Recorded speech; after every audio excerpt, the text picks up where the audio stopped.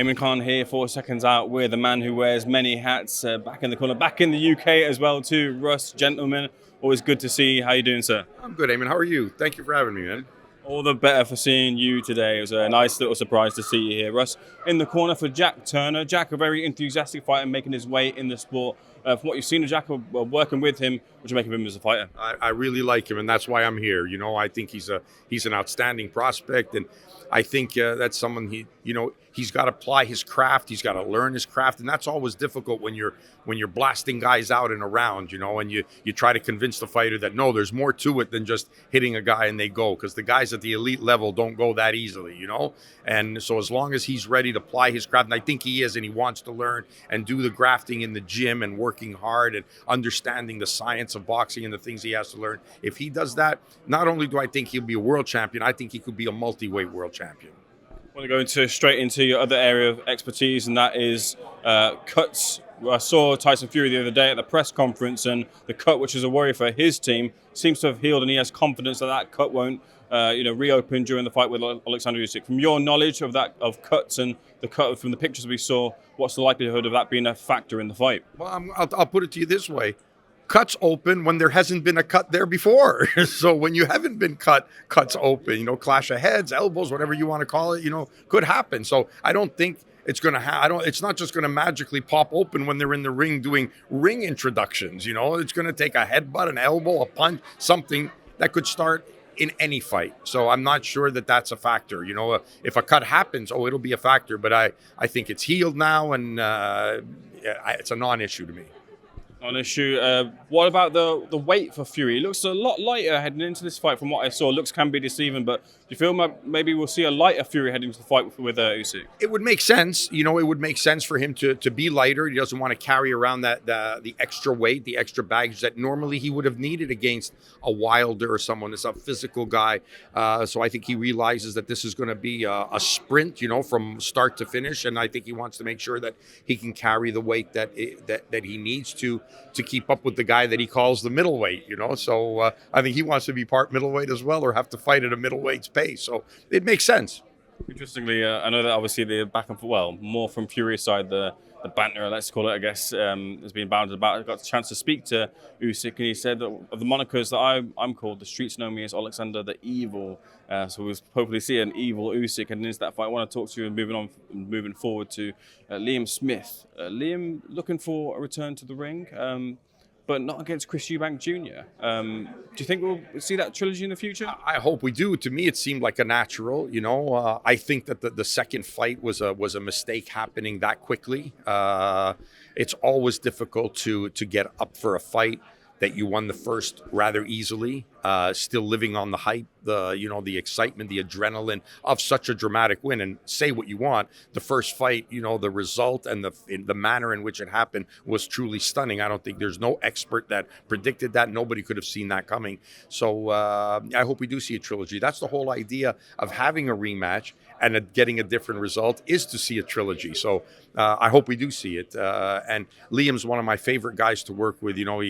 He epitomizes the style of boxing that I like, the style I like to coach. So I hope he is, because when he's on song and, when he prepares well for a fight, he's a tough out for anybody. I don't care who it is at any level in the world. He's a tough out, and he's always involved in great fights, and that's what boxing needs. You took yourself out of the equation for Callum Smith versus Artur Beterbiev.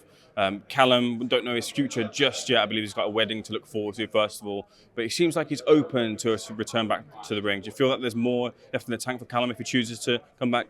Yeah, absolutely. I mean, that's going to be up to him. It's not so much what's in the tank, it's what's in the head. He has to be ready, willing to make those sacrifices to come back, because there are a plethora of fights for him. The thing that's difficult from a mental perspective is once you've been to the mountaintop, once you've hit the pinnacle, once you have fought the best in the world, it's sometimes hard to come back down and rebuild yourself and fight at a different level than you're accustomed to fighting. It's hard to get ready for that. It's hard to do that in any sport. any sport. You know, I'm a snooker junkie, right? Ask those guys who play in the top 16, and then when they have to go back to qualifiers and try again, you know, to get back in there, it's very, very difficult once you've been there. So that's why I say the mental perspective of it is the key here. If he wants to and he's hungry and wants to fight, yes, he will be able to. I think there's plenty left. Look, you lost to not only one of the best light heavyweights in the world, you lost to one of the best fighters in the world, and definitely, I think it's safe to say, the hardest puncher in the world, you know, so there's no real shame in that, you know, but yes, he can come back. The problem is the belts now are getting tied up, and this is now becoming a problem as we're seeing in the 168-pound class with Canelo, where you've got the belts on hostage. You know, you're holding the titles hostage, and that's not right. I think that's a wrong thing. While it's great to win undisputed, now you're stalling the career of everybody else in the division, and especially when you're in a position like Canelo, where you're the cash cow, you call your shots. You're fighting a guy who has only fought 2 fights in the super middleweight division, you know, and there's guys who have been there their whole career. Benavidez waiting for a shot at the title, mandatory, and the fight's not happening. There's something wrong with that concept, I think. That result between Beterbiev and Smith paved the way for the undisputed title fight. Look, us from the media side, us from the fans' perspective, is there any part of Beterbiev's game that we haven't picked up on when you've seen him, you know, up close and personal heading into this undisputed fight? Is there anything we've not picked up on yet of what he does just so greatly? I don't know. I don't follow exactly what you guys pick up on or what you don't pick up on, so I'm not sure of how I would be answering that. The only thing I've said, and I'll say it again, is that he was a gem, a diamond that got away from all the major promoters in the world who didn't give him a second look, you know, as an amateur, and he ended up being in Montreal and is now, you know, on his way to becoming undisputed. And I think that the fight against Bivol, I think he's got a decided advantage over Bivol, and I think he's going to win, and not only win, but I think he's going to win in stunning fashion as well. The methods of training that we see that's unconventional for us over in this side. Well, no doubt about it. I mean, whether it's him, Usyk, Lomachenko, all those people who came from that era of the Soviet bloc, the Soviet system of boxing, the training, the things that they did that we never did in the West. You know, ours was more of a conventional, old school boxing style.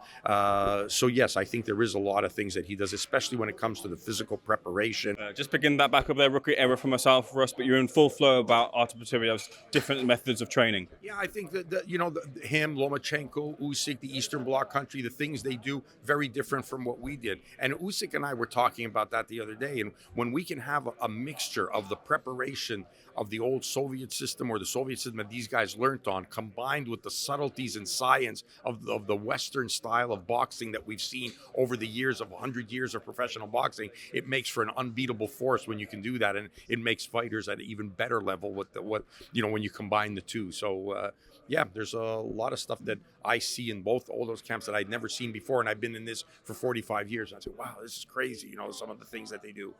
Lastly, for myself, I know you're not fond of this side of the game, but I just wonder what you thought of an icon like Mike Tyson being brought back into the game in the form of an exhibition which wants to now become a fight with Jake Paul. When you see these type of things, normally people kind of say it's because they need money, or, you know, there's not in the right headspace, or something's going on in the background as to why they come back and do these things. But must disappoint you, I imagine, seeing Mike have to come back. No, what disappoints me is what you just said. Coming back for a fight. It's not coming back for a fight. It's an exhibition. It's fun. It's a show. You know, it's just part of an exhibition that doesn't mean anything. That of course he's going to be able to do. And it's like in other sports, you have legend nights and old timers nights, you know, and things like, because you want to pay homage to the people that you saw in their prime and give them an applause and watch them say, oh, that's Mike Tyson. Oh, he could fight. It's an exhibition. Don't believe that this is a real fight. They're wearing big gloves. This is a sparring session staged for an exhibition that people are going to pay to watch. And if he can make some money on it, more power to him. You know, the name is still powerful. I got to work the first one, Roy Jones and Mike Tyson. And I remember Tyson saying after the fight, when they asked him, why'd you fight Roy Jones? And his answer was, because he's the only one who said yes.